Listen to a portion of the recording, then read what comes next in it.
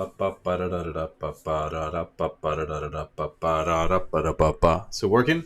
Alright. So, ladies and gentlemen, how y'all doing? My name is SHESEZ, and I love to play Red Orchestra 2.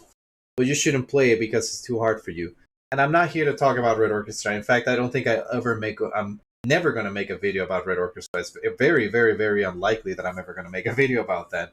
In fact, I wanted to make a little video about a specific YouTube channel that I actually used to watch. At least I knew about it before I found out about this drama, which I found out a long time ago, by the way. I want to clarify that this is old drama.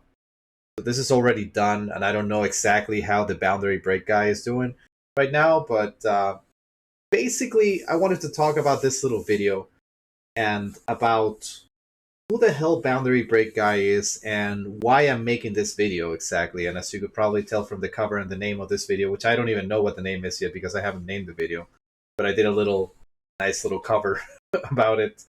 A very cheaply made cover because I'm not an editing kind of guy, and like I said a couple videos ago, like, take your strengths and potentiate them rather than trying to potentiate your weaknesses or mitigate your weaknesses. I don't know how to edit videos. I'm a dumbass. I don't know how to. I mean, I know how, but I don't know all the ways that you can do it, and I apparently don't have the best editing software. Anyway, that's not either here or nor there, as they say. The reason why I wanted to make this video is because I wanted to look at the little bit of drama that Mr. Boundary Break has been going for, and really no other major channel has done it. There is one more channel that did it, and I'm going to link his video in the description, and I think he analyzes it just as well, and probably better than I'm going to analyze it.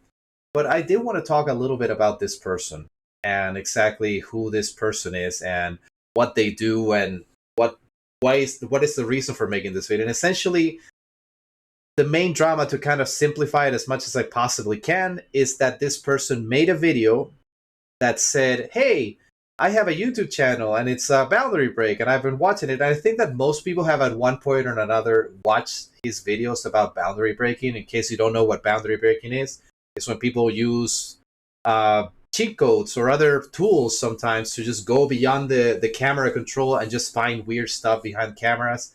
And it's actually pretty entertaining. At least maybe not all of them, but some of them are actually pretty entertaining. I don't know if he was the first person that did it, because I know that there were other YouTube channels that did it, but they never focused 100% on it. And that's basically who Boundary Break Guy is. And I'm going to just show you a few things about it before I really get into the kind of meat and potatoes of this video. Real quick, just want to talk a little bit about, well, all this little stuff here. So, you know, his most popular videos, 4 years ago, I don't even know when his oldest video came out. Okay.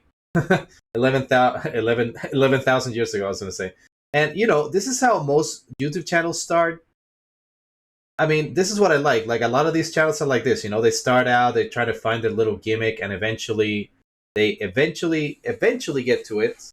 And they get to like, oh, okay, let's look at this matchup. And then he starts to like look at this and he says, hey, you know what I can do? I can do like boundary break, windbreaker.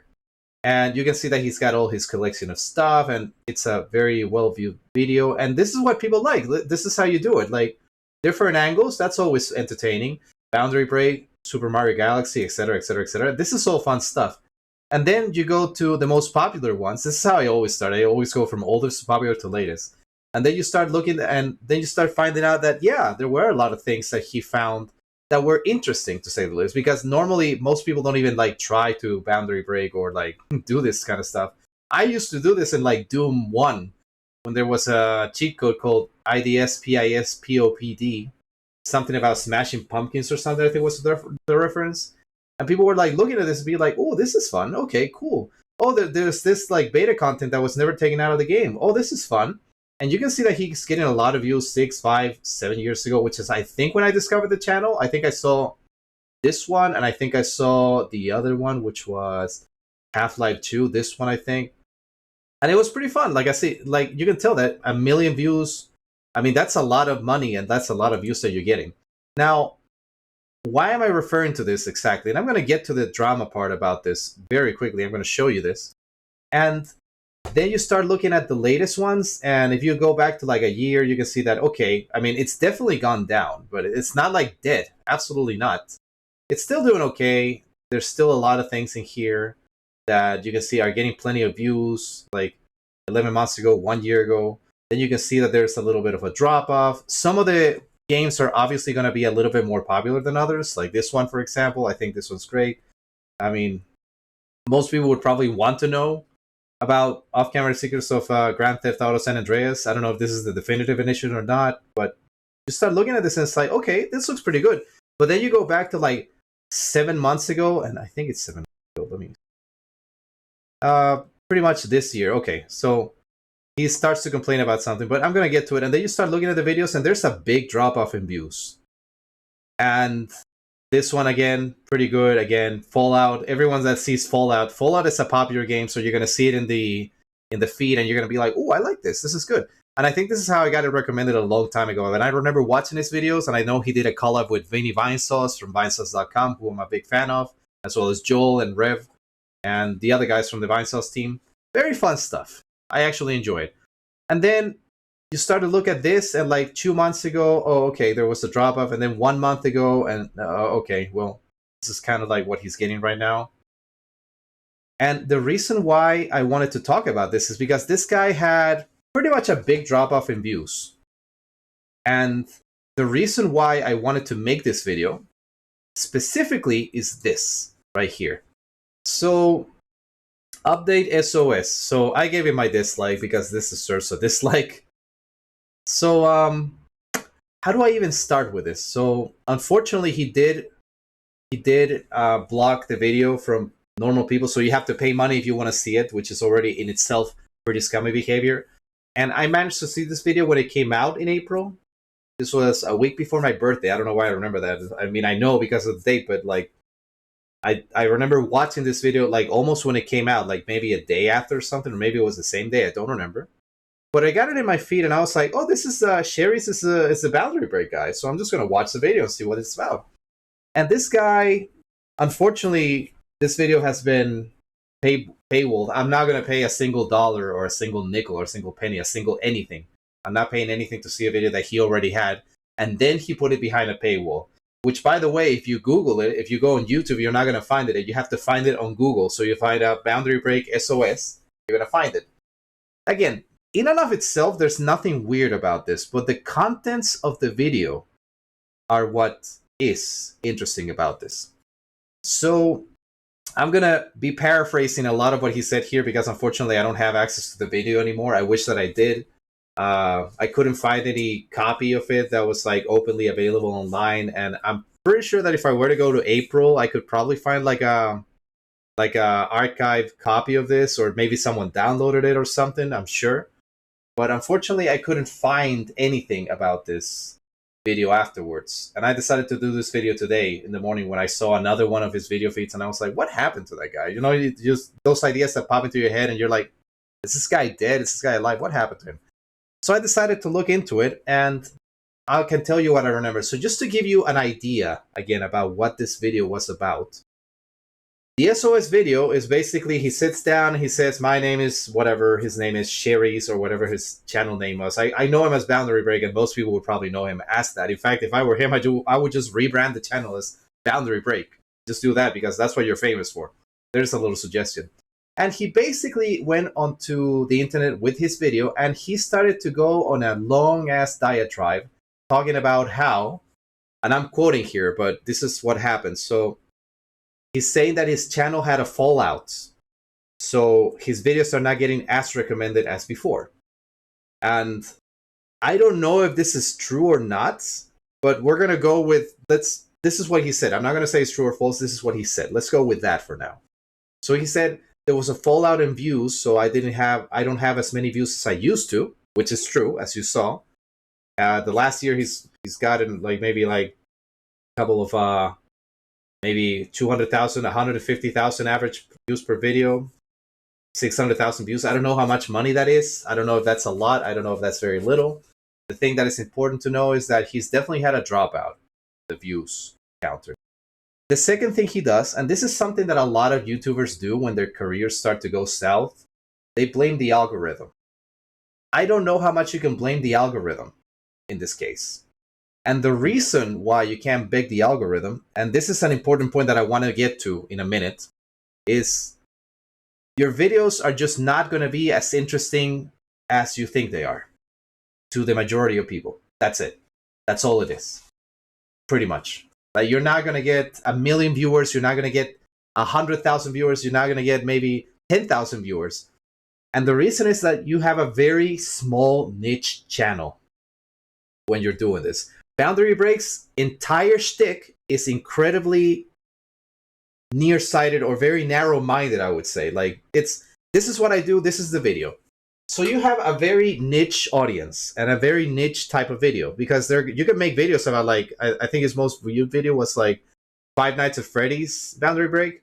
Five Nights at Freddy's popular. But if you make a video about, I don't know, not even Luigi's Mansion, but like, I don't know, like fucking, I don't even know a new game, Sneak King, for example, no one is going to give a shit.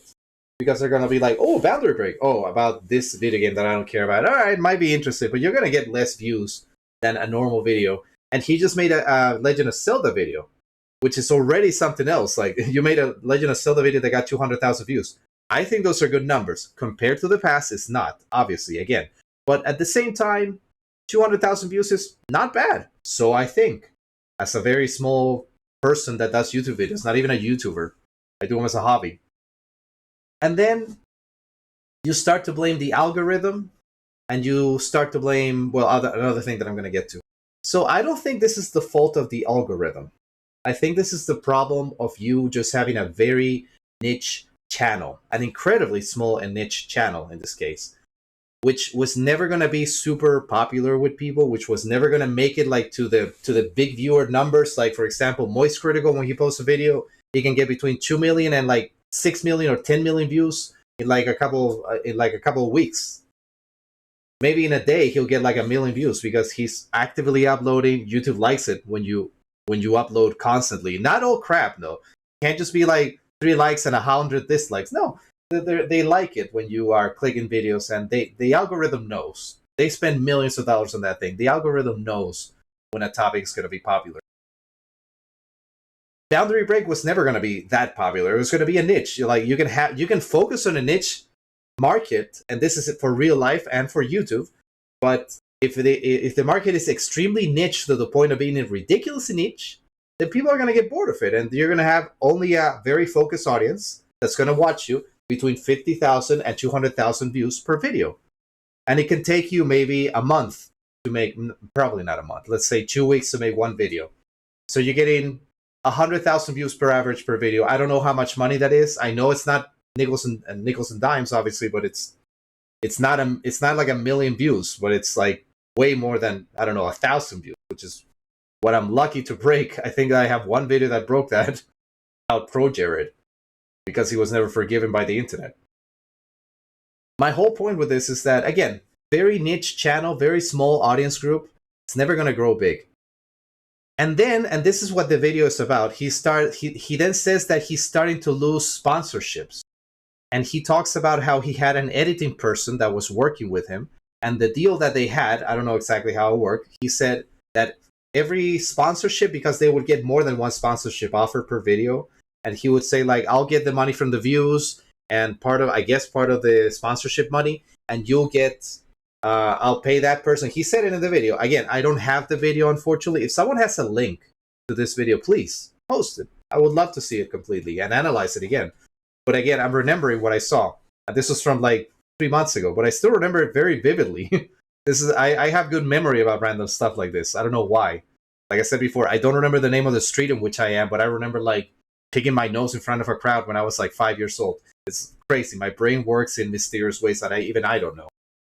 Then he says that he used to pay this guy, his editing guy, like a sponsorship. Basically, the sponsorship money would go to that person. I don't know how much you get out of a sponsorship deal for a channel like his. I don't know.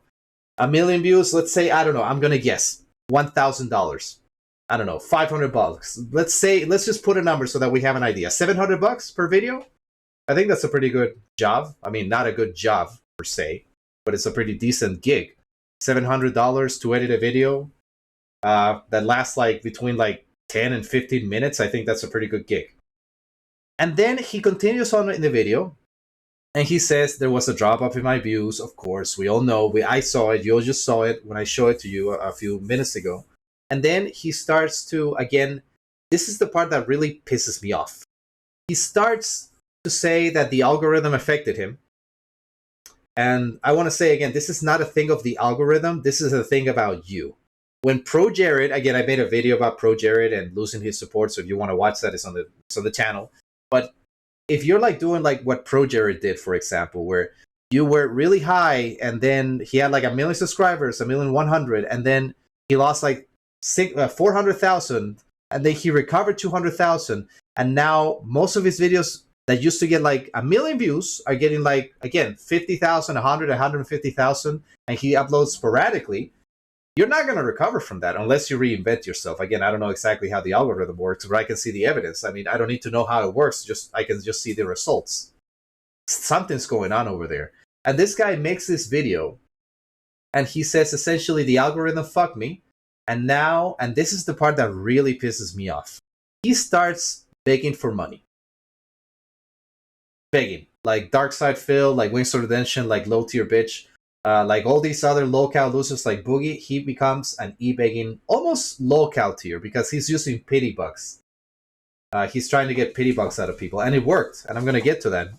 I'm going to show you a little comment in the video that I read before I started recording this. While I was writing the script for this, again, very open script. I don't have a script like paragraphs of text. I don't like to do that. I like to just let my mouth run off in itself. I don't like to plan too much about this. If I tried to, it would take me hours and hours, and I would have to be reading my own thoughts. I can't do it. But he starts to beg people for money.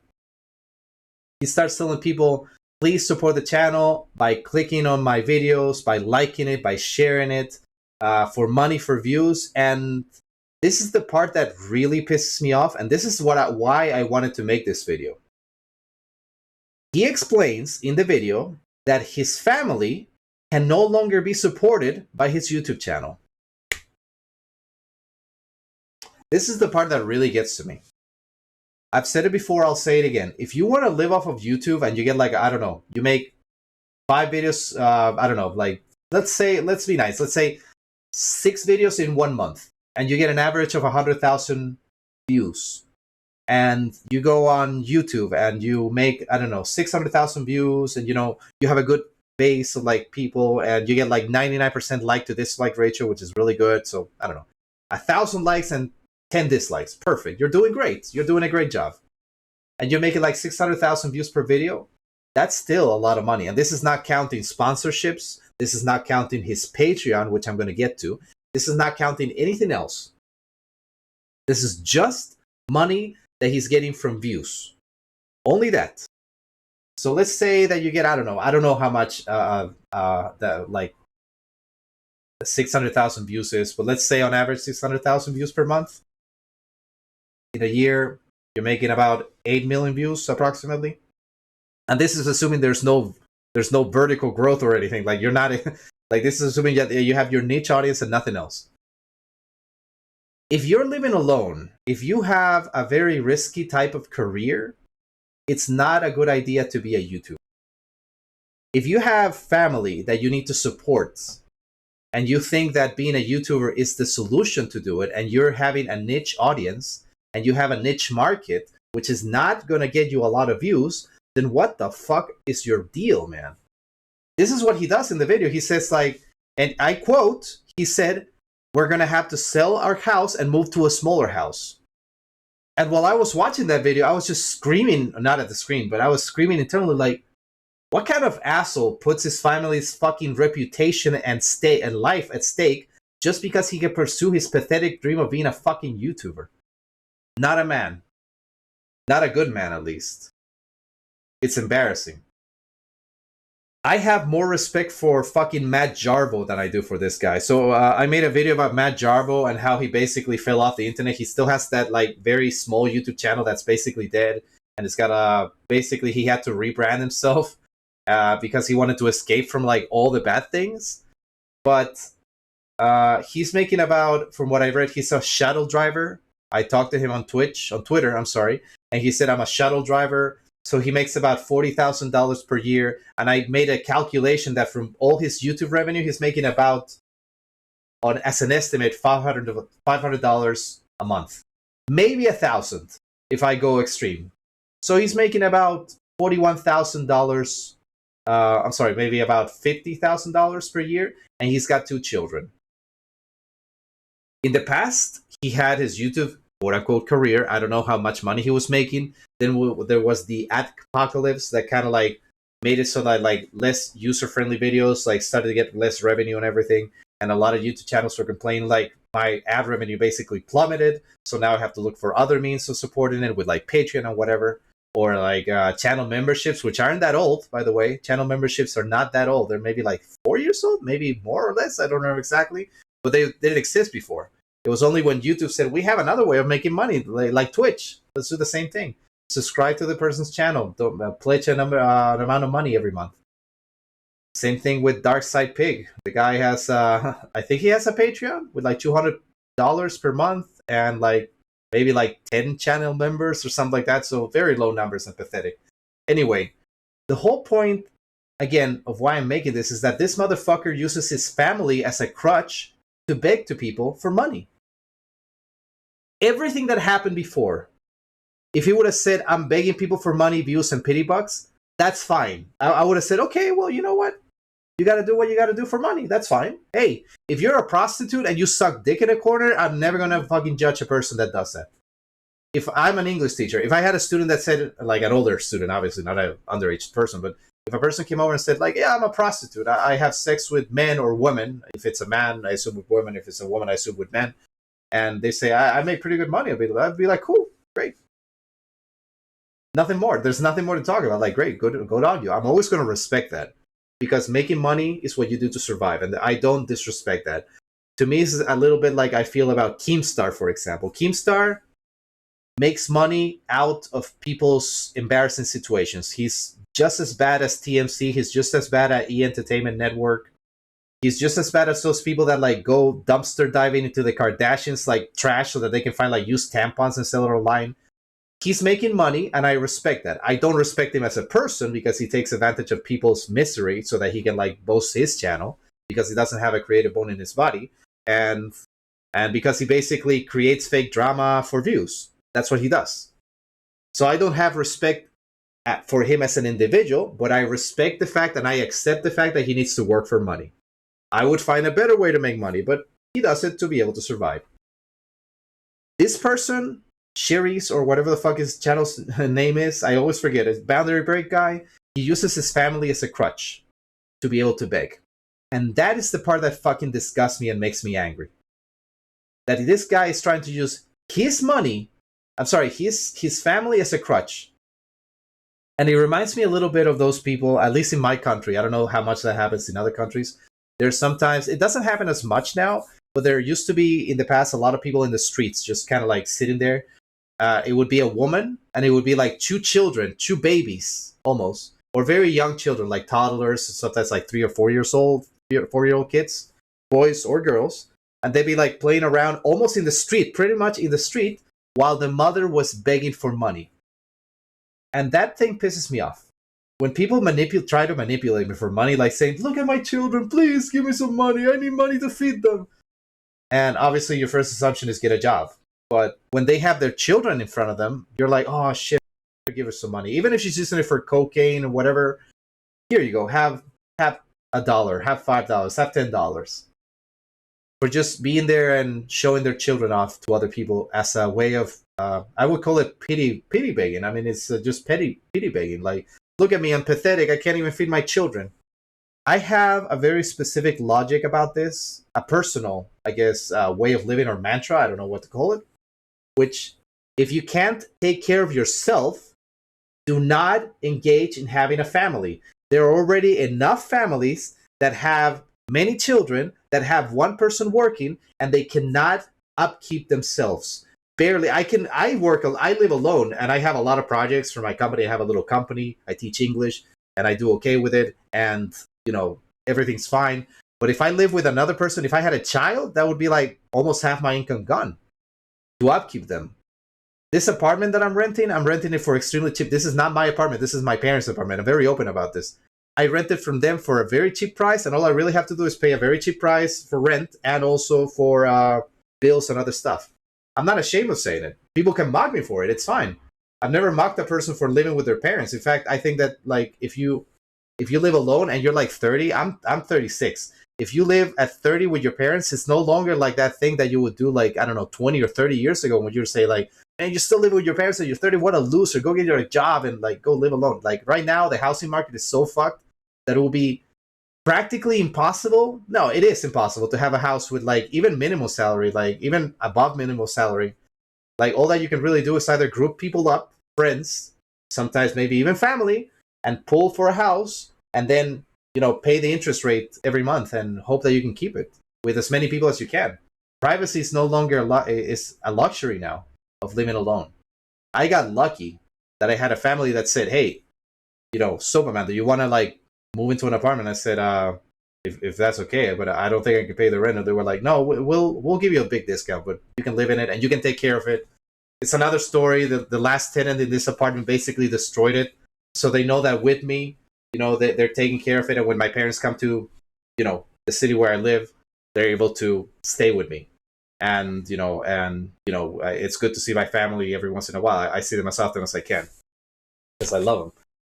But my whole point, again, I'm getting sidetracked here, but the whole point of this is that would be like if I somehow had a channel that got like 100,000 subscribers or something, and I was getting like, I don't know, 100,000 views per videos, like 600,000 views, and I was making pretty decent money. And then I said, but my I have this belt. I'm so sorry. I had this little belt in my house and it's so lonely. Look, it can barely hold. It's gonna break one day. Oh, so sad today, etc., etc., etc. You're using your family for this shit. That is disgusting. This is when I say that you trade your dignity for money. Because if he wouldn't have mentioned his family, I would have been like, hey, you know what? This sucks. I would have said like, yeah, well, you know what? Guys got to make a living. I understand it. But the moment that he brought his family into it, that's the sad part. And he mentioned that, well, I said this before, I have my script here, that he had his sponsors before and then that he lost it. And then the other part, which is the other point that I wrote, is this is, in his own words, he said, this is my main source of income. And if my channel doesn't pick up speed, I'm going to have to go get a job to support my family.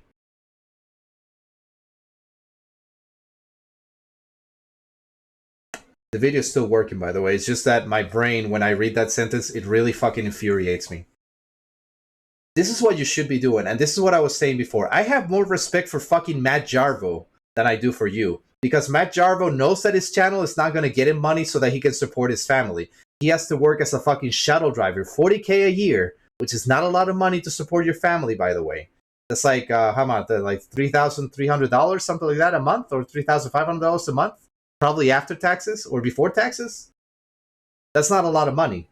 And he's probably making like, I'm going to say tops, extra per month, $1,000. I'm exaggerating here. I have more respect for him than I do for Cherise, the boundary break guy, because at least Matt Jarvo's not using his fucking family as a crutch to beg to people. As far as I know, I haven't seen any video of him like being like that. Basically, his career is over. He's not gonna make it on YouTube ever again. 10 more years. 10 years to irrelevancy. Try again in 10 more years. I think Keemstar said that or something like that, because Keemstar, like I said, Keemstar is a leech. He adheres to channels and he adheres to the drama all the time. And he says it's my main source of income, so I should get a job. And this is where I have the solution. Like I said, I always try to have a solution to people because I don't want to be a populist, which is, if you know that your channel is niche, and this is something that he probably knew, it's okay if you have delusions of grandeur. If you think, oh my god, my channel's going to make it to 10 billion subscribers on YouTube, I'm going to be the most watched YouTuber, PewDiePie's going to be a bitch next to me. And then you make your channel and you get like 1 million subscribers, I think he said something like that. And that's what he said. And that's pretty cool. But realistically, he should have been able to see it and say, you know what? I have YouTube. I'm not going to use this as my main source of income. I have to start investing that money into something that's going to help me make passive income, or save it up so that I can create more income, or invest it in a project or something. Not just have the money and then waste it and then run away, obviously. Again, this guy used to pull in like a million, 1.3, 1.5, more or less than that, a little bit more or less. So he was making a lot of money.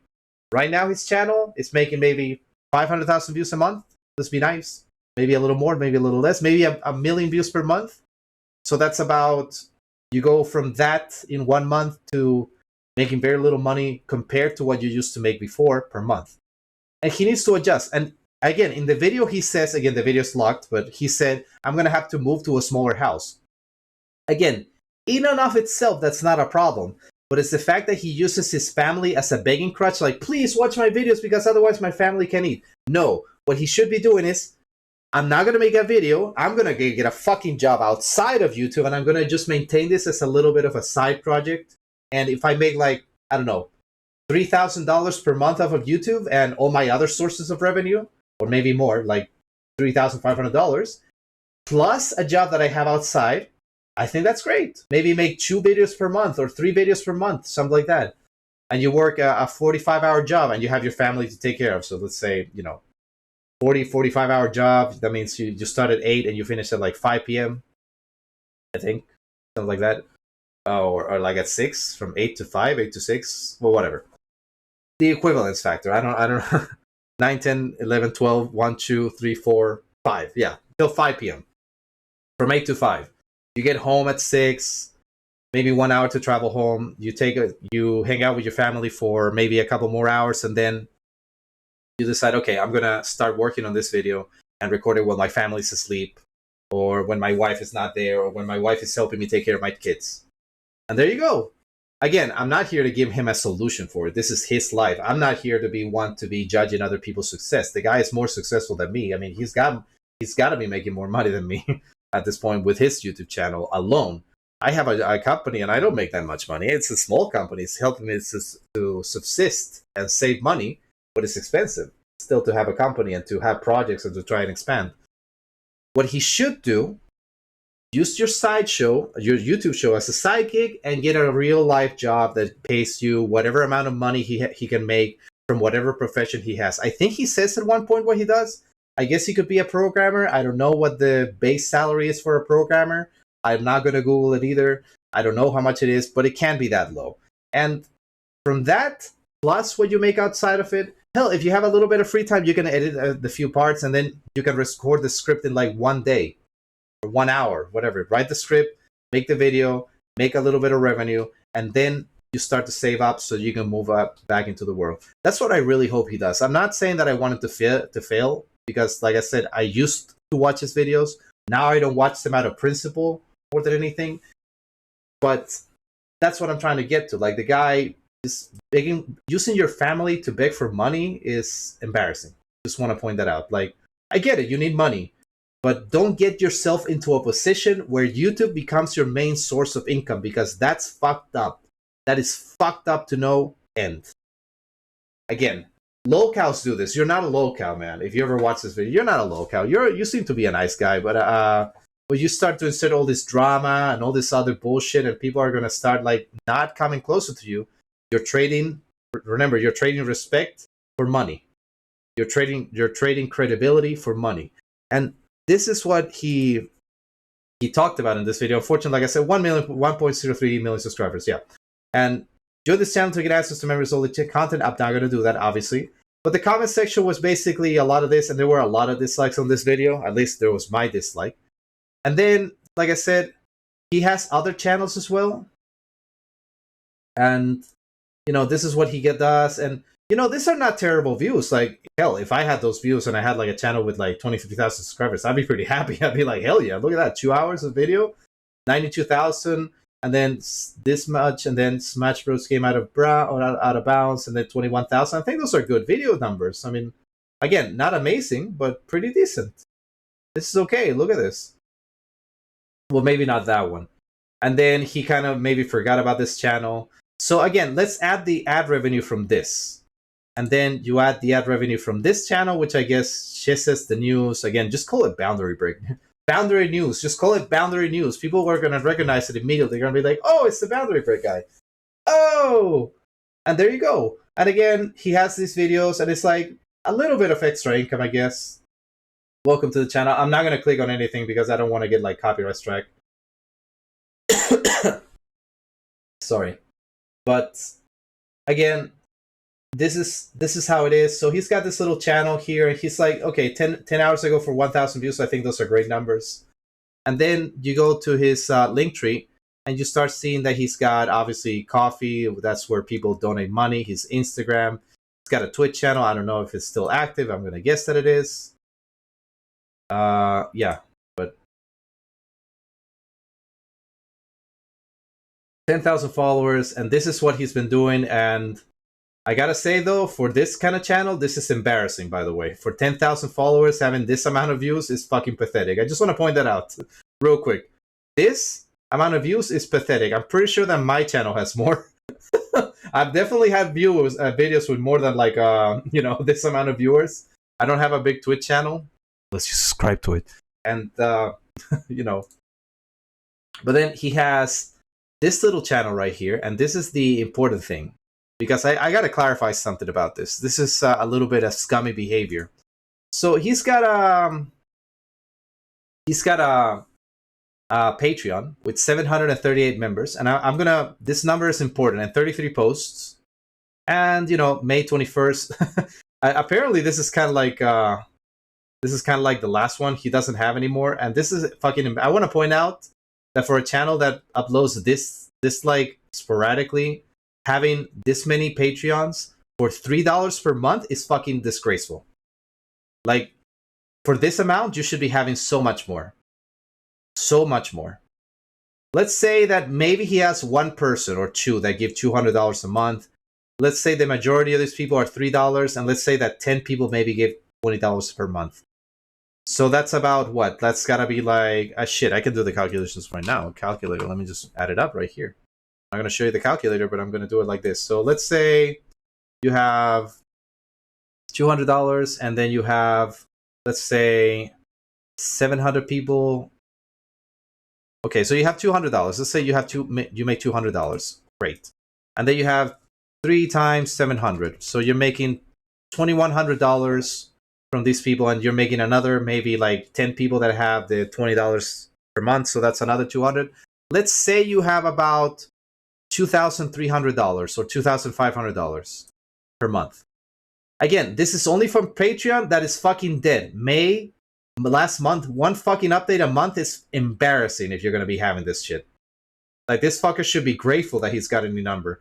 But here's what's interesting about this. The members and the posts. And again, join for free? My ass. What do you mean join for free? Join for free? No. That's not how it works. You can't join for free. But here's the thing that's interesting. And I was watching the other video from Smash JT. I've watched some of his stuff. He makes decent content. I'm not going to say it's incredible, but it's pretty good. He's got a decent amount of subscribers. This video has like 100 dislikes to 370. I like this video. But here's a little comment that I read, which is so important to read. And this is from Lamful364. I'm going to watch that video later. About Boogie not having cancer. And this is what he says right here. I mean, this is just what he says. I simply can't take any remotely popular YouTubers seriously when they say that they need my money. No, they don't. Anyway, he says, really sick of these people complaining about their financial woes. So let's see. At the time of this video, he sits at 459 Patreon subscribers. This number is very important because... Oh yeah, and he makes merch sales, and before thinking about YouTube, $15,000 a year, and whatever. But the important thing about this is that this was like before. This was like very recent. This was again in April. When was this? December 23. Oh, okay. So the video. Okay. So he made a new video. Okay, this is an older video. Okay, so. Yeah, he made a video about this, and he said like maybe it was like 6 or 7 months ago. I was wrong. I'm gonna watch that too. Tommy Tallarico's a legend. Anyway, sorry, I'm getting off of this. So right now he's making like before he made the video, he was making a pretty decent amount of like money. Let's say about $1,300 a month before having any other kind of income. And the thing that's, again, important about this is side scrollers. Oh shit.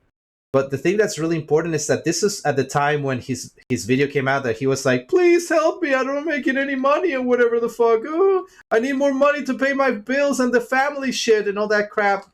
So then he makes this fucking SOS video. And he's got his other videos linked. And he says, hey guys, you know what? Like, I'm not getting enough money. So he ended up getting, he almost not doubled it, but he pretty much like, he added 350 something or 300 new members to his Patreon that is completely dead just by fucking using his fucking like family as a begging platform. That's the thing that disgusts me about this channel. And that's really what I wanted to talk about. If you want to watch this guy's video, I'm going to link it in the description. Smash JT made a video about this. But again, the thing that really pisses me off about this is that this guy is so embarrassing that, yeah, basically is this. And I agree. And I like this comment. Like, and by the way, I'm an English teacher, so I know this is how much like English teachers make, like, if they're lucky. It's a good year. So, and Alex Jones is already bankrupt if I'm not crazy. But this is my whole point. Like, this guy, he's making so much money. And then that's what he does. He's like begging people for more money. And it's terrible. It's so bad. It's so fucking awful that this guy is like taking advantage of this and being like, ooh, but I don't make enough video. I don't make enough money. I don't make enough anything. I don't even think it says how many views this video has. It doesn't. Oh, it doesn't say how many videos it's got. The original SOS video, again, 6 months ago. Okay, there it is. But again, he paywalled it. So if you want to watch it, you have to be a member of the channel. So this guy is making pretty good money and he's still crying poor because he decided that he was living beyond. And this is the problem. He's living beyond his means. That's the biggest problem of this. This is what I wanted to make this video about. About this fucking guy, about how he had his like little niche channel, about how now that his niche channel is not doing well because of the algorithm, which is the lamest excuse ever. Then he says, please help me because I need more money to pay for things. And now my family is going to have to move away to a smaller house. Like, get the fuck out of here. You're using your family for pity? That's going to work, but your reputation is going to plummet and it's never going to recover. This is like the same thing that happened to Pro Jared. This is the same thing that happened to Gerard. Once your reputation plummets, you are not going to get that back. Unless you like leave the internet and come back in like 5 years. Minilad tried it. Minilad, the same guy that was diddling little kids and like changing sexual pictures or being inappropriate with minors, he did the same fucking thing. He came back and he was like, hey guys, it's back, I'm back. And he's not monetized, he can't make money off of YouTube, and his channel's already dead. And he used to make millions of dollars, and now he makes tens of dollars. And it's a good fucking riddance. I hope that the guy loses everything for that. It's the same thing. Like, you can't come back from this. He traded this guy's, the entire moral of this, if you want to make money, you can trade your dignity for money, but you're never going to get that dignity back. If this is what it costs, if this is what it takes, like if someone in my family was dying of cancer and I couldn't pay for all the bills, I would beg for money for that. I would. And I wouldn't be ashamed of it. And people couldn't mock me for it. Thank God it hasn't happened. My family is very, very healthy. In fact, I think that we're one of the luckiest families ever because like all my family is like healthy. We don't have any health problems. I'm healthy, and I'm overweight, and I'm healthy right now. But if I had to use like my job, and I said like, man, I'm making only like $10,000 per month, and now it went down to $7,000. How am I going to upkeep my family with $7,000 per month? We're going to have to move from our big-ass mansion with 20 dormitories and 15 bathrooms and 5 kitchens and 3 garages, all the way to that house with 5 bedrooms and only 3 bathrooms. Can you believe it? How are we going to get sponsorships out of that? It's embarrassing. It's fucking embarrassing. The way that he made this video is embarrassing. If you want to go watch out the Smash JT's video, please do. That's it for me, ladies and gentlemen. I just wanted to vent, I guess. That's it for me, ladies and gentlemen. This is SHESEZ signing off. If you like the video, you give it a like. If you subscribe, you want to subscribe, you give the subscribe button. If you don't want to, and if you want to give it a dislike, you also can do that. There's your option. Take care of yourselves, ladies and gentlemen, and I'll see you guys soon. Peace out, and bye-bye. Take care. See you soon. Look at my frowning vein right there.